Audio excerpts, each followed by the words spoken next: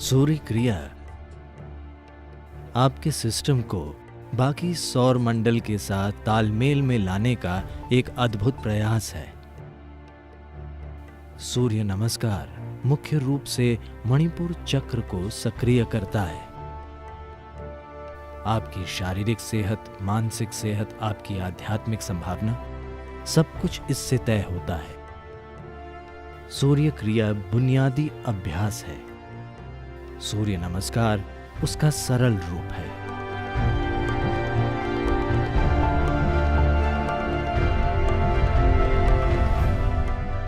हठ शब्द में ह यानी सूर्य, ठ यानी चांद। सूर्य और चांद के बिना कोई हठ योग नहीं होता। तो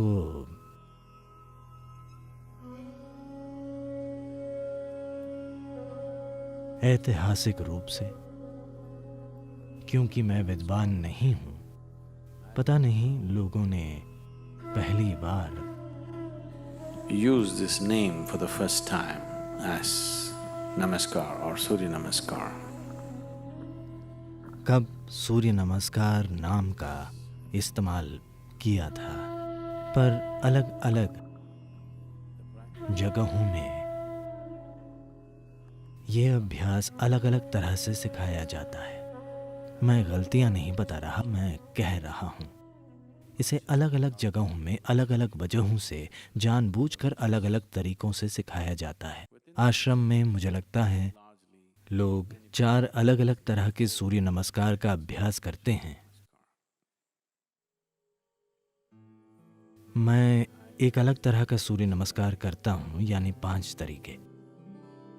ज्यादातर इसे सूर्य नमस्कार कहते हैं क्योंकि ये मुख्य रूप से मणिपुर चक्र सक्रिय करने, सिस्टम में गर्मी पैदा करने और समत प्राण या ऊष्मा बढ़ाने के लिए है।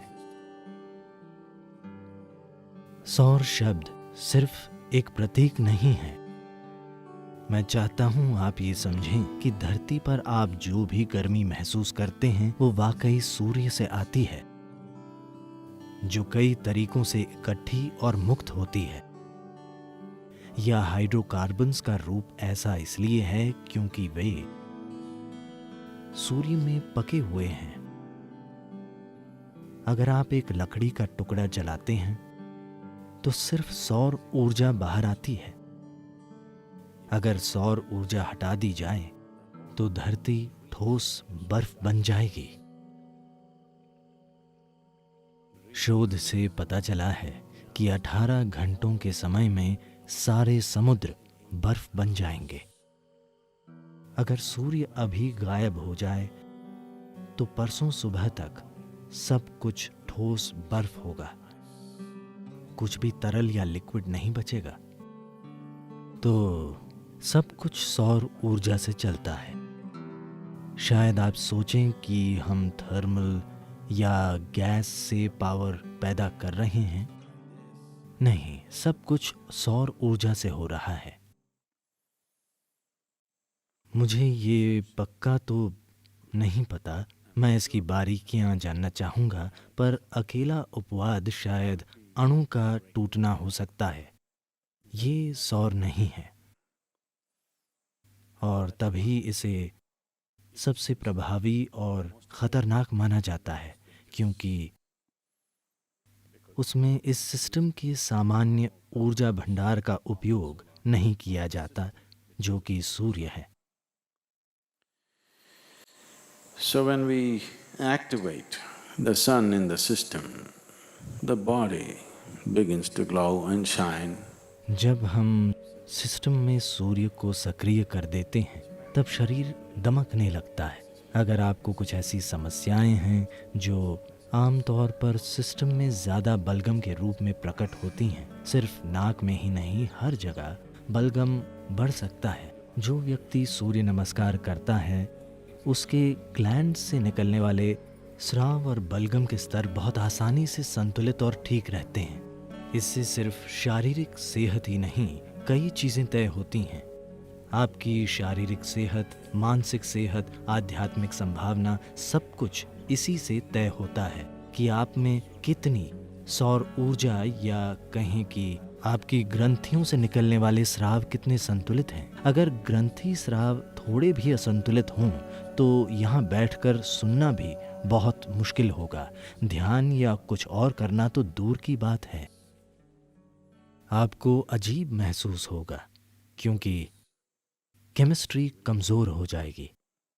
तो इसे संतुलित करने के लिए ये सबसे सरल और प्रभावी साधना है।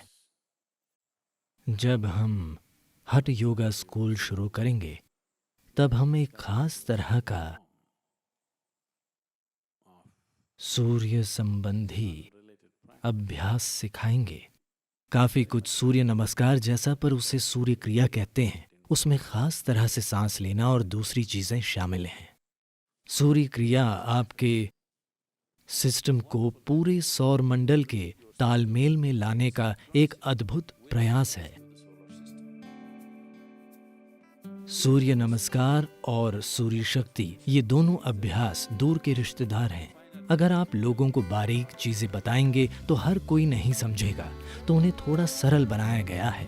अगर आप अपने और बड़े सिस्टम के बीच एक तालमेल बना लेते हैं, ये छोटा सिस्टम है और बड़ा सिस्टम सौर मंडल है, अगर ये दो चीजें एक साथ हैं तो आपकी शारीरिक, मानसिक और सांसारिक खुशहाली बिना प्रयास के होगी। आप जो भी करेंगे वो अच्छे से होगा। सूर्य क्रिया बुनियादी अभ्यास है। सूर्य नमस्कार उसका सरल रूप है। सूर्य शक्ति को मांसपेशियों और शरीर बनाने के लिए थोड़ा और सरल किया गया है। उसकी प्रकृति काफी कसरती है, वो एक पूरी एक्सरसाइज है। उसके लिए कोई उपकरण जरूरी नहीं है। आप किसी होटल के कमरे में हों या जहां भी हों, आप सूर्य नमस्कार या सूर्य शक्ति कीजिए, आप खुद को बिल्कुल फिट पाएंगे।